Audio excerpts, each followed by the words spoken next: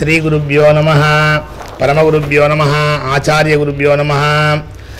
எல்லோருக்கும் எனது மனமார்ந்த வணக்கங்கள். நான் சுந்தர சீனிவாசையங்கார் பெருமாள் இலட்சகர் பேசுகிறேன், சோழபுரத்திலிருந்து. பகவானுடைய கிருபையினாலே இன்றைய தினம்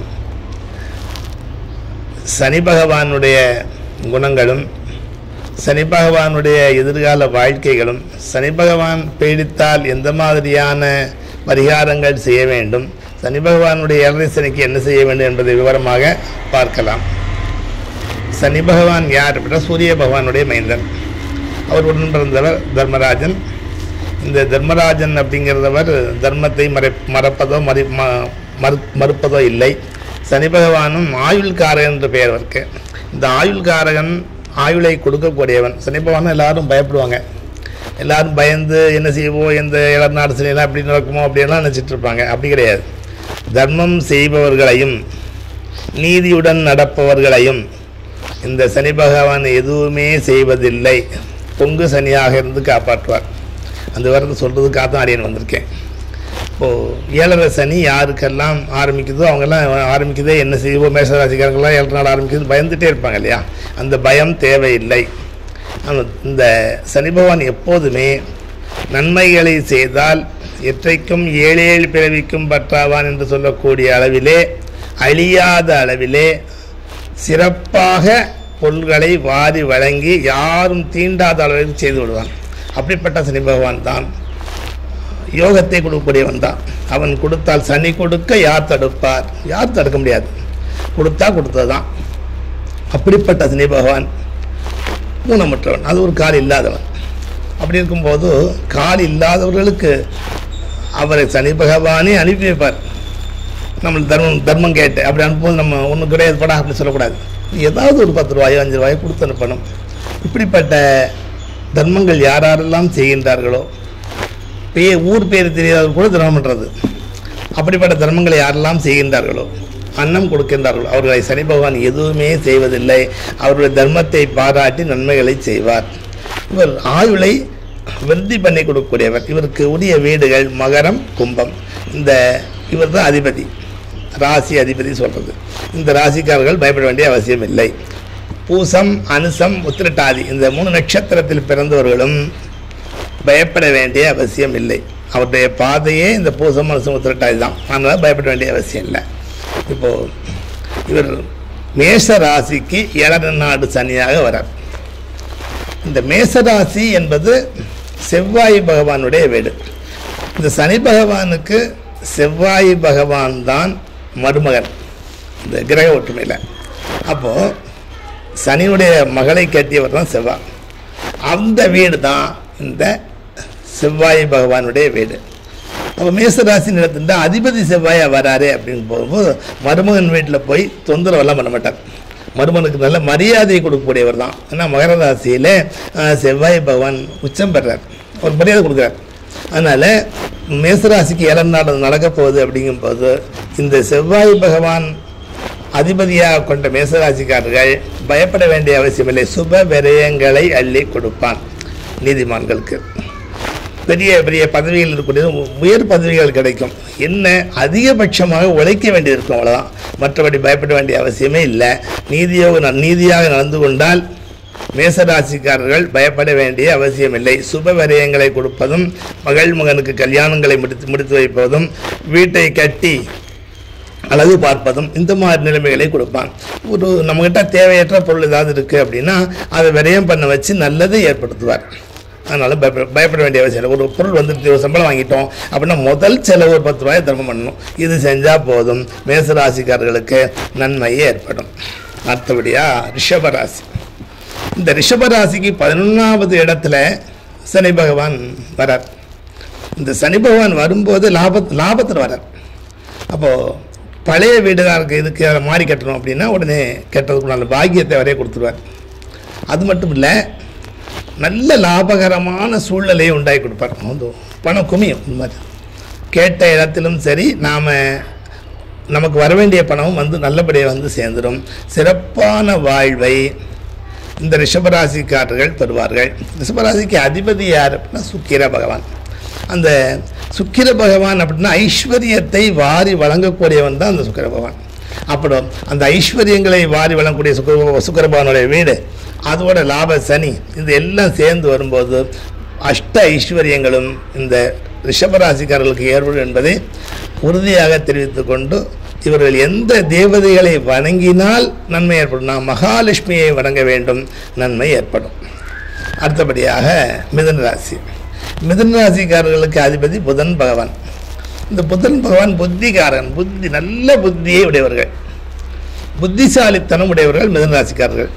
தோக்க மாட்டாங்க, பேச்சிலையும் சரி, வாழ்க்கையிலையும் சரி, மனைவி வழியிலையும் சரி, தன்னுடைய தன்மானத்திலையும் சரி, தோற்காமல் ஜெயிப்பவர்கள் தான் இந்த மிதுன ராசிக்காரர்கள். அது மிதுன ராசியாக இருந்தாலும் சரி, மிதுன லக்னமாக இருந்தாலும் சரி, இவர்களுடைய லைஃப்பை தன்னைத்தானே செதுக்கிக் கொள்வார்கள்.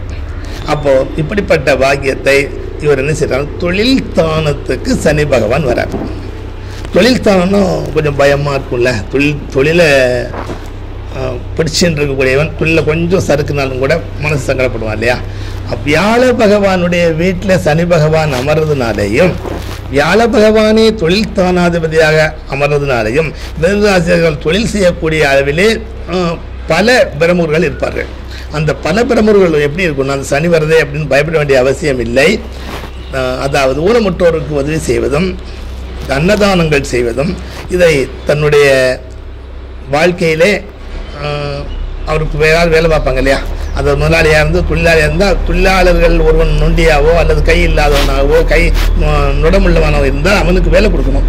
வேலை கொடுத்துட்டோம் அப்படின்னா அவனுக்கு பரிபூர்ணமாக சனி பகவானுக்கு பிடிக்கும்.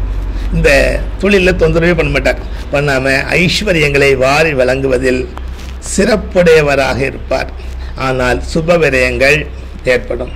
சுபவிரயம்னா ஒரு கல்யாணம் பண்ணி வைக்கிறது, மற்றபடி ஏழை குழந்தைகளை கல்யாணம் பண்ணி வைக்கிறது, இந்த மாதிரியான வாய்ப்புகள் அவளுக்கு கிடைக்கும். வாய்ப்பு கிடைக்கும் போது பயன்படுத்திருங்க, அதுதான் நல்லது. ஆக இவருக்கு அதிபதி புதன்னு சொன்னேன். புத்திமான் பலவான் ஆவான். புத்தி உள்ளவர்கள் தோற்பதில்லை. அந்த புத்திசாலிக்காரர்கள் தான் இந்த புதன் பகவானுடைய அதிபதியாக இருக்கக்கூடிய மிதுன ராசிக்காரர்கள். பயப்பட வேண்டிய அவசியம் இல்லை. பயப்பட வேண்டாம்னு சொல்றதுக்கு தான் நான் வந்திருக்கேன். சரி, அடுத்து கடகராசி. இந்த கடகராசின்னு எடுத்துக்கிட்டா, கடகராசிக்கு அதிபதி யாருன்னா சந்திர பகவான். தாய்மை உள்ளம் கொண்டவர்கள், எல்லாரும் ஹெல்ப் பண்ணுவான். அவன் கையில் இருக்கோ இல்லையோ எல்லாருக்கும் கூட்டு கூட தேடி போட ஒரு உதவி செய்வான். அவன் கடைசியில் ஒரு ரூபாய் இருக்கிற வரைக்கும் உதவி செஞ்சுட்டே இருப்பான். இப்படிப்பட்ட நல்ல குணம் உடையவர்கள் தான் கடகராசிக்காரர்கள். யாரையும் பயக்க மாட்டான். இவர் துன்பமே வராது அப்படின்னு சொல்லணும். அப்படிதானே? வராதுன்னு சொன்னதுக்கு அப்புறம் அஷ்டமசனியில் படாத பாடுபட்டோமே சாமி, நாங்கள் ரொம்ப கஷ்டப்பட்டோமே, என்ன பண்ணுறது அப்படின்னு கேட்டால், 8ல் சனி. எப்படின்னா 2.5 ஆண்டு காலமாக என்னென்ன தன்மான கஷ்டங்கள், பொருள் கஷ்டங்கள், விரயங்கள், உடல்நலத்தால் கஷ்டங்கள், கீழே பைக்கில் இருந்து கீழே விழுகிறது, இந்த மாதிரியெல்லாம் கஷ்டப்பட்டோமே சாமி. உயிர் இருக்கும், உயிர் மிச்சமாக இருக்கு இல்லையா, அதனால் அதே போதுன்னு வச்சுட்டு உனக்கிட்ட என்ன சொத்து இருக்குன்னா 10 விரல் இருக்க சொத்து. அதோட உடைய தர்ம குணம், தர்ம சிந்தனையுடைய குணமும் உங்கள்கிட்ட இருக்கு. இந்த கடகராசிக்காரர்கள் பயப்பட வேண்டிய அவசியம் இல்லை. என்ன செஞ்சால் நல்லாயிருக்கும், ஏற்கனவே நிறைய நல்லது பண்ணியாச்சு, அதனால இவர்களுக்கு பயப்பட வேண்டிய அவசியம் இல்லை. 9வது இடத்துக்கு வரார். இந்த 9வது இடங்கிறது பாக்கியஸ்தான். இந்த பாக்கியஸ்தான் எடுத்துக்கிட்டால் பொன் பொருள் பூமி வீடு வாகனம் மனைவி மக்கள் ஐஸ்வர்யங்கள் பாக்கியங்கள் கிடைக்கிறது. அஷ்ட ஐஸ்வர்ய பாக்கியங்களை கொடுக்கறது. அந்த இடத்துக்கு போய் சனி பகவான் உட்கார்ந்தாச்சுன்னா அஷ்ட ஐஸ்வர்யங்களையும் வாரி வழங்க போகிறார். வழங்குறது மட்டும் இல்லை, நிலைச்சி நிற்க போகிறார். கடன்களெல்லாம் அடைய போகிறது, சுபிக்ஷத்துக்கு வர போகிறாங்க. அப்போது என்ன பண்ணணும், ஏற்கனவே நல்லது பண்ணியாச்சு, எக்ஸ்ட்ரா என்னது நல்லது பண்ணணும். கூடுமான வரைக்கும் மரம் செடி கொடிகள் நடுங்க. கோயில் பக்கத்தில் மரம் செடி கொடிகள் நடுறது, அது பக்கத்தில் ஜலம் விடுறது. ஜலராசி தான் அந்த கடகராசி. அதனால் ஜலத்தையே பைக்கில் வச்சுட்டு போனாங்கன்னு வச்சுக்கோங்க. தண்ணியை பையில் தண்ணினா ஒரிஜினல் பியூர் வாட்டர், அந்த பியூர் வாட்டரை வச்சுட்டு போகிறான் அப்படின்னா அவனுக்கு அஷ்ட ஐஸ்வர்யங்கள் கிடைக்கும், போன காரியம் ஜெயிக்கும். அதனால் கடகராசிக்காரர்களும் பயப்பட வேண்டிய அவசியம் இல்லை. உன்னதமான லாபமான பலன்கள் உண்டு. சரி, அடுத்து சிம்மராசி. பயப்படும் நிலையில் இருக்கிறதா? ஆமாம், சூரியன் தான் இந்த சிம்மராசிக்கு அதிபதி. இந்த சிம்மராசிக்கு அதிபதியான சூரியனுடைய இடத்திலிருந்து 8வது இடத்தில் அஷ்டம சனியாக வர பயப்படணும். ஆனால் பயப்பட வேண்டாம். பயப்படணும்னு சொல்கிறது எப்படின்னா, தந்தையிடமும் தாயிடமும் எக்காரணத்தை கொண்டும் வாக்குவாதங்கள் வைத்துக் கொள்ளாதீர்கள். சொத்து சம்பந்தமாக எந்த விதமான வாக்குவாதங்கள் வைத்துக் கொள்ளாதீர்கள். கவனமாக இருங்கள். சூரியன் பஞ்சுவாட்டி உள்ளவன். 6:15 வரேன், 6 மணிக்கு வரேன், 7 மணிக்கு வரேன், நான் சோம்பேறித்தனம் தூங்கிட்டேன்னு சூரியபவன் சொல்லுவானா? அப்படிப்பட்ட இடத்துல இருக்கக்கூடிய நீங்கள் சுறுசுறுப்பானவர்கள், கடைசி வரை உழைத்து கொண்டிருக்கக்கூடியவர்கள், தன்மானமுடையவர்கள், செய்யக்கூடிய செயல்களை முடிக்கிற வரைக்கும் தூங்காதவர்கள். அப்போது சொல்வலன் சோர்விலன் அஞ்சான் இவனை இகழ்வல்லல் யாருக்கும் அரிது. இப்படிப்பட்ட நிலையில் சொல்லில் சிறந்தவன், சோம்பேறி இல்லாதவன், அஞ்சன் பயப்படாதவன். இந்த 3 இந்த விஷயமே வள்ளுவர் சொன்ன மாதிரி வேட்டா இருக்கும். அப்படி இருக்கிறதுனால இவங்க பயப்பட வேண்டிய அவசியம் இல்லை. பயப்படணும்னு சொன்னேனே, 8ஆம் இடத்துல வந்தால் பயப்படணும்னு சொன்னேன். அப்போது உடல் நலத்தில் மிகுந்த கவனம் எடுத்துக்கொள்ள வேண்டும். மாத்திரையெல்லாம் கரெக்டாக சாப்பிட்டுக்கணும். இந்த முழங்கால் வலி இந்த மாதிரி உள்ளவர்கள் உடனடியாக ஆஸ்பத்திரி போய் காட்டிக்க வேண்டியது அவசியம். என்ன பண்ணினா இதிலிருந்து தப்பிக்கலாம்? காட்டுக்குள்ளே போய் சாப்பிடணும். காட்டுக்குள்ளே அரச மரத்தடியில், வேறு வேப்ப மரத்தடியிலையோ அல்லது இந்த புளிய மரத்தடியில் சாப்பிடக்கூடாது. அரச மரம் அப்படிங்கிறது குரு பகவானுடைய அஸ்திரம். இந்த சிம்மராசிக்காரர்களுக்கும் அந்த அரச மரத்துக்கு ரொம்ப தொடர்பு உண்டு. அதனால் இந்த அரச மரத்து அடியில் இவங்க சாப்பிடணும். காட்டுக்குள்ளே இருக்கக்கூடிய அரச மரத்தில் அடியில் சாப்பிடணும். ஒரு மந்த்லி ஒன்ஸ் ஒரு பிக்னிக் மாதிரி போய் சாப்பிட்டு வந்து, இவனே காட்டில் சாப்பிட்டுட்டு இருக்கான், இவனை போய் நம்ம என்ன பண்ண போகிறோம் அப்படின்னு சொல்லி சனி பகவான் இரக்கம் காட்டி அந்த அஷ்டம சனியிலிருந்து ஒரு 95% நிவாரணம் அளிப்பார். பயப்பட வேண்டிய அவசியம் இல்லை. இவர்கள் முக்கியத்துவம் பயப்படணும்னு சொன்னேன், பயப்பட வேண்டாம்னு சொன்னேன். இதெல்லாம் செஞ்சாச்சா நீங்கள் பயப்பட வேண்டிய அவசியம் இல்லை. அடுத்து கன்னிராசி. இந்த கன்னிராசிக்கு அதிபதி யாருன்னா புதன் பகவான். இந்த புதன் பகவான் புத்திக்கு அதிபதி. நல்ல பாதைகளை மற்றவர்களுக்கு காட்டி கொடுக்கக்கூடியவர்கள். மற்றவர்களுக்கு நல்லா இருந்தால் சரி, நம்ம எப்படி போனானே அப்படின்னு தன்னைத்தானே குறைத்து கொண்டு மற்றவர்களை காப்பாற்றக்கூடியவர்கள், மற்றவருடைய துன்பங்களையும் கஷ்டங்களையும் தானே எடுத்துக்கொள்ளக்கூடியவர்கள், மிக நல்லவர்கள். ரொம்ப புண்ணியம் பண்ணவா மட்டும் இந்த கன்னிராசிக்காரத்தில் பிறப்பா நல்ல வாழ்க்கை அப்படிங்கிறத தானே செதுக்கிக் கொள்வார்கள். அப்படின்னா நீங்களாக யோசிக்க வேண்டியதான். அதாவது மனைவியினுடைய வாழ்க்கை அப்படின்னு எடுத்துக்கிட்டால் அவர்கள் சொன்னதெல்லாம் பொறுத்துக்குவாங்கன்னு அர்த்தம். அப்புறம் மற்ற விஷயங்கள் யாராவது கஷ்டப்படுத்த மாதிரி வார்த்தைகளை விட்டாலும் அவர்களும் பொறுத்துக்குவாங்க. அப்போது இந்த அதிபதி புதன் நேர 7ஆம் இடத்துல மனைவி ஸ்தானத்தில் சனி பவன் வராது. 7ஆம் இடம். இந்த 7ஆம் இடத்துல இருக்கக்கூடிய சனி மனைவியை பாதிக்கிற மாதிரி இருக்குது, மனைவி மன்னத்திலையும் பாதிக்கிற மாதிரி இருக்குது அப்படிங்கிறது உண்மை. ஆனால் இந்த வியாழ பகவானுடைய வீட்டிலேயே சனி பகவான் அமைஞ்சிறதுனால நற்குணம் மாறி நிற்கும். நற்குணம் மாறி நிற்கும்னா அவங்களோட ஒரு குணமும் மாறும், இவங்களுடைய குணமும் இப்படி நம்மகிட்ட இவ்வளவு நல்லா நடந்துக்கூடிய தேவையில்லாமல் நடந்துக்கிறாளே அப்படிங்கிற மாதிரி மனைவி ஸ்தானத்தில் வரக்கூடிய சனி கொஞ்சம் தூண்டுதலை கொடுப்பார். அப்போ நம்ம என்ன செய்யணும்? மனைவி நல்லா பார்த்துக்கணும், மனைவி உடல்நலத்தை நல்லா பார்க்கணும். மனைவிக்காக ஒரு 15 லட்சமாவது செலவு பண்ணணும். செலவு பண்ணியாச்சுன்னா நிச்சயமாக நன்மைகள் ஏற்படும். இந்த புதன் பகவான் அதிபதியாக இருக்கிறதுனால புத்திசாலித்தனமாக இந்த சப்தம சனியை கடந்து செல்லலாம். மனைவிக்கு தேவையற்ற நிலைமைகளை ஏற்படுத்தக்கூடியவர்கள், மனைவியை திட்டுபவர்கள் நிச்சயமாக வெல்வது கடினமாக இருக்கும். அதனால் மனைவி விஷயத்தை முக்கியத்துவம் முதல் பொருளாக எடுத்துக்கணும். ஏதாவது வாங்கிட்டு வச்சோன்னா உடனே வாங்கிட்டு வந்து கொடுக்கணும். மறந்து போனேன்னு சொல்லவே கூடாது. அடுத்து துலா ராசி. துலாம் எடுத்துட்டா திராஸ் சமமாக இருப்பாங்க இல்லையா? இவர்களும் நீதிமான்கள் தான். இவருக்கு அதிபதி சுக்கிரன் தான். தொழில் பண்ணக்கூடியவர்கள் நிறைய பேர் இருப்பாங்க, அரசாங்கத்தில் உத்தியோகத்தில் இருக்கிறவங்க நிறைய பேர் இருப்பாங்க. அதனால் இந்த ராசிக்காரர்களுக்கு இடையில என்ன நடக்குதுன்னா 6ஆம் இடத்துல சனி பகவான் வரார். 6ஆம் இடம் சொத்து ஸ்தானம். நிரந்தரமான சொத்துக்களை வாரி வழங்குவார்கள். நீண்ட நாட்களாக நிலப்பிரச்சனை இருந்தது அப்படின்னா அந்த நிலப்பிரச்சனை நீங்கும். எதிரிகள் பயந்து ஓடுவார்கள். எதிரிகள்னா நேரடி எதிரிகளும் உண்டு, மறைமுக எதிரிகளும் உண்டு. நேரடியாக பேசிட்டு அந்த பக்கம் போய் தேவையில்லாமல் பேசுகிறவங்க, இப்படிப்பட்ட நிலைகளை தான் சந்திச்சிருப்பீங்க.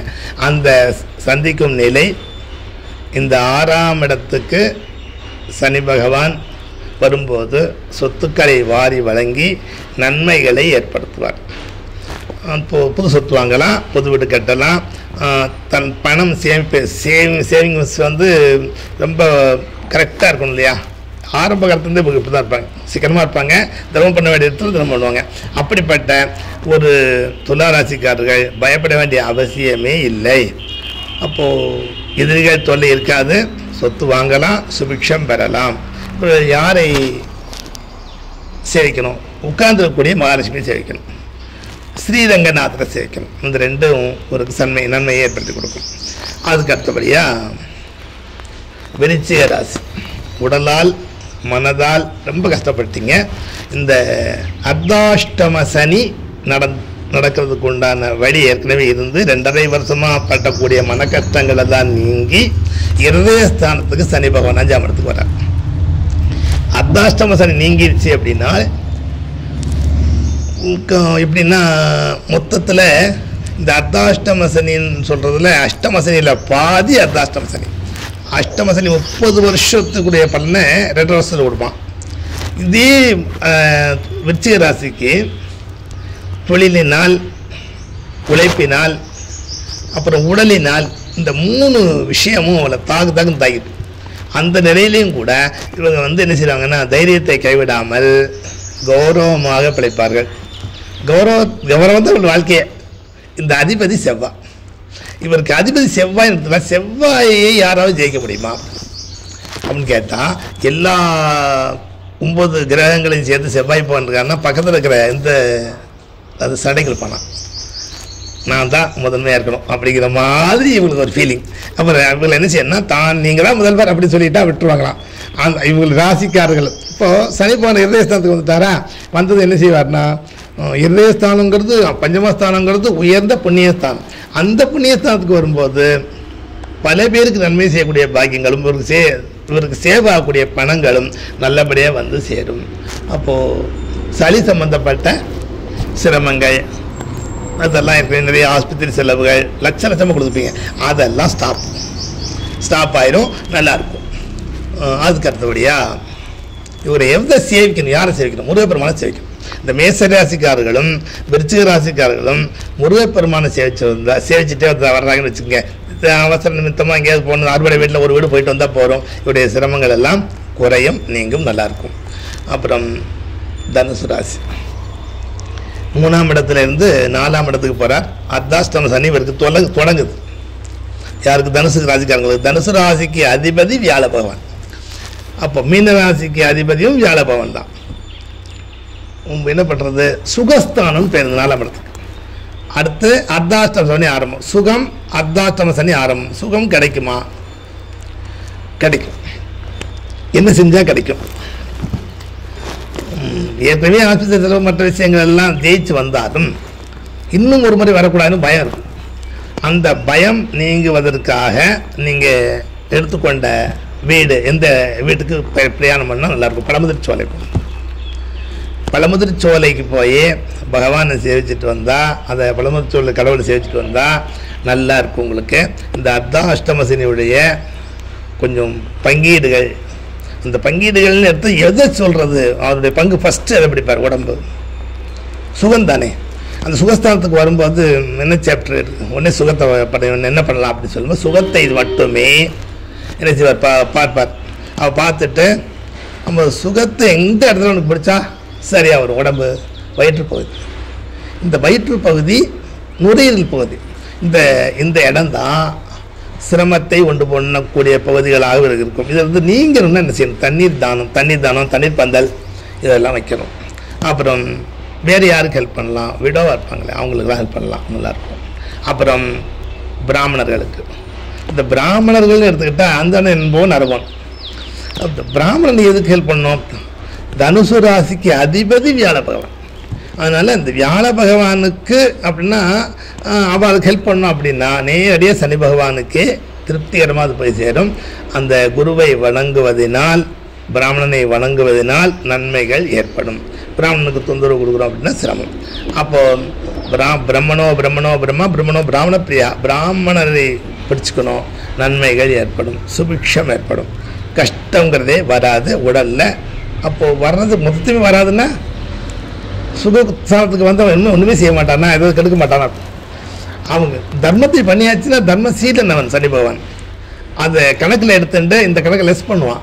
அதனால் நீங்கள் தனுசு ராசிக்காரர்கள் பயப்பட வேண்டிய அவசியம் இல்லை. பயப்படணும், பயப்பட வேண்டாம்னு ரெண்டும் சொல்லியிருக்கிறேன். சனி பகவானை பற்றி பயப்பட வேண்டாம்னு முதலே பயம் வேண்டாங்க சொல்கிறதுக்கு தான் நான் வந்திருக்கேன். அப்புறம் மகர ராசி. இந்த மகர ராசி அப்படின்னு எடுத்துக்கிட்டால் இவருக்கு அதிபதி சனி பகவான். அப்போது மகரம் கும்பராசிகளுக்கு அதிபதி சனி பகவானை தன் வீட்டை தான் யாராவது இடிப்பானா? தன் வீட்டை யாராவது இடிக்க முடியுமா? அப்படி இடிக்கிறதாக இருந்தால் வேறு வீடு புது வீடு கட்டுறதுக்காகவோ மாறி வீடு கட்டுறதுக்காக இடிப்பான்.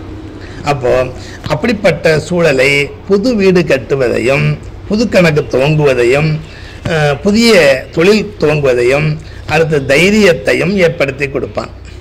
தைரியத்தோடு இயங்கலாம்.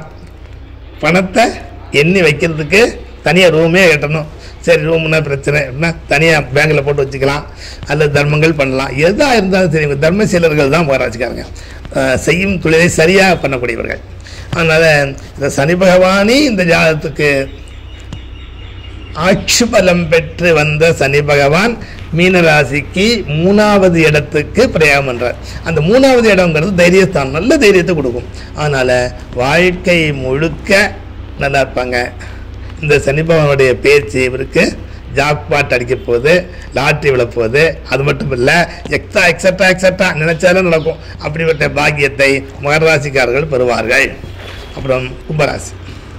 இந்த கும்பராசிக்கு அதிபதியும் சனி பகவான். ரொம்ப புண்ணியம் பண்ணியிருந்தால் தான் அந்த கும்பராசியில் பிறக்க முடியும், சாதாரணம் இல்லை. அப்போது இந்த சாதாரணமானவர்கள் கும்பராசியில் பிறப்பது இல்லை. புண்ணியம் செய்யாதவர்களும் இந்த கும்பலக்கணத்திலேயோ கும்பராசியிலே பிறக்க மாட்டாங்க. அப்போ ரொம்ப புண்ணியம் பண்ணியிருக்காங்க. இவர்களுக்கு மறுபிறவியே கிடையாது வாழ்க்கையில். இதுதான் கடைசி பிறவி இந்த கும்பராசிக்காரர். ஏன்னா எல்லா பிறவிலையும் கஷ்டத்தை எல்லாம் இந்த கும்பராசிக்காரருக்கு அனுபவிச்சாச்சு. ஜென்மச்சனியில் உடலால் மனதால், அது மட்டும் இல்லை ஆஸ்பத்திரி செலவு தனியாக அனுபவிச்சாச்சு.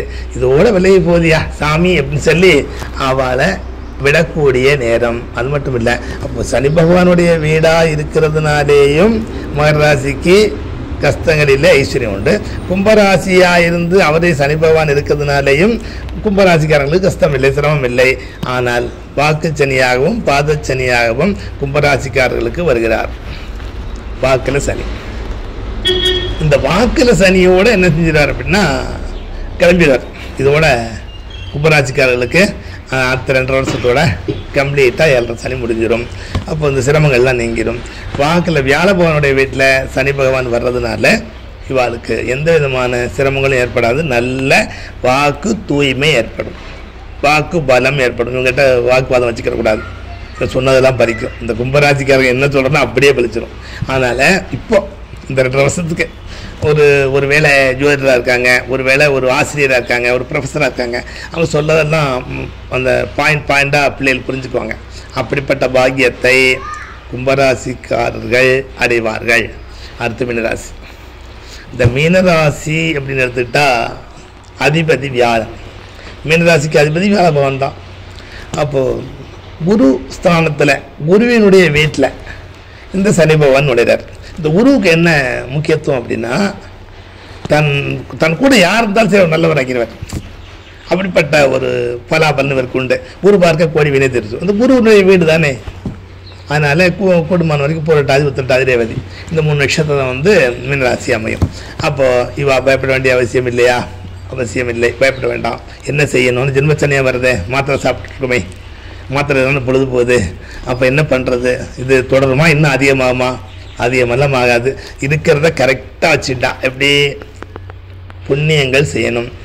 பெருமாள் கோயில் போயிட்டு வரணும், பெருமாளை சேவிக்கணும், முருகப்பெருமானை சேவிக்கணும், வள்ளி தெய்வ யானையோடு இருக்கின்ற முருகப்பெருமானை சேவிக்கணும், பிராமணர்களுக்கு உதவி செய்யணும். இந்த பிராமணர்களுக்கு உதவி செய்கிறது அப்படின்னா அதாவது பூஜை பண்ணக்கூடியவர்கள், தன்னிலை மறவாதவர்கள், நன்றி மறவாத பிராமணர்கள், இப்படிப்பட்ட உள்ளங்கள் இருக்கக்கூடிய பிராமணர்களுக்கு உதவி செஞ்சாலே இந்த மீனராசிக்காரர்களுக்கு கஷ்டங்கிறதே வராது. அப்போது 12 ராசியும் சொல்லியிருக்கேன். 12 ராசியும் பயப்பட வேண்டாம்னு சொல்லிட்டேன். பயப்பட வேண்டாம்னு சொல்லிட்டால் என்ன அர்த்தம் அப்படின்னா, ஒரு மழை வருது, மழை வந்ததையும் கோட்டு போட்டு போகிறோம். மழை பெய்யத்தான் செய்யும். மழை பெய்யுறது நம்ம மேலே மழை பெய்யக்கூடாது இல்லையா, அதனால கோட். சரி, கொஞ்சம் மழை பெய்யுது, ஒரு குடை கொண்டு போகிறோம், முள்ளுக்குள்ளே இருக்க சிறு போட்டு போகிறோம். முள் இல்லைன்னு சொல்லிட முடியாது, காட்டுக்குள்ளே போக வேண்டாம் சொல்ல முடியாது. ஆனால் அதுக்கு பாதுகாப்பு இருக்கு இல்லையா, அந்த பாதுகாப்புக்காக 12 ராசிகளுக்கும் வரக்கூடிய 29/3/2025 முரம்பு அன்னை மகாலில் பெரிய மகாயஜ்யம் பண்ணுறோம். 12 ராசிக்காரர்களும் கலந்து கொள்ளலாம், ஒன்றும் பிரச்சனை இல்லை. இதில் முக்கியமாக கட்டாயமாக கலந்து கொள்ள வேண்டியவர்கள் சிம்ம ராசி, மேசராசி, மீனராசி, கும்பராசி, தனுசு ராசி. இந்த 5 ராசிகளும் அவசியம் கலந்து கொண்டு முன்பதிவு செய்து பகவானுடைய அருளை பெறுமாறு அன்புடன் கேட்டுக்கொள்கிறோம். அடியேன் சுந்தர சீனிவாசன் ஐயங்கார், திருக்கோயில் அர்ச்சகர், சோழபுரம். நன்றி நன்றி நன்றி. சாரல் டிவி மற்றும் சாரல் டிவி யூடியூப் சேனலை லைக் பண்ணுங்க, ஷேர் பண்ணுங்க, கமெண்ட் பண்ணுங்க, மறக்காம சப்ஸ்கிரைப் பண்ணுங்க, அப்படியே அந்த பெல் ஐக்கானை கிளிக் பண்ணுங்க. தேங்க்யூ ஃபார் வாட்சிங்.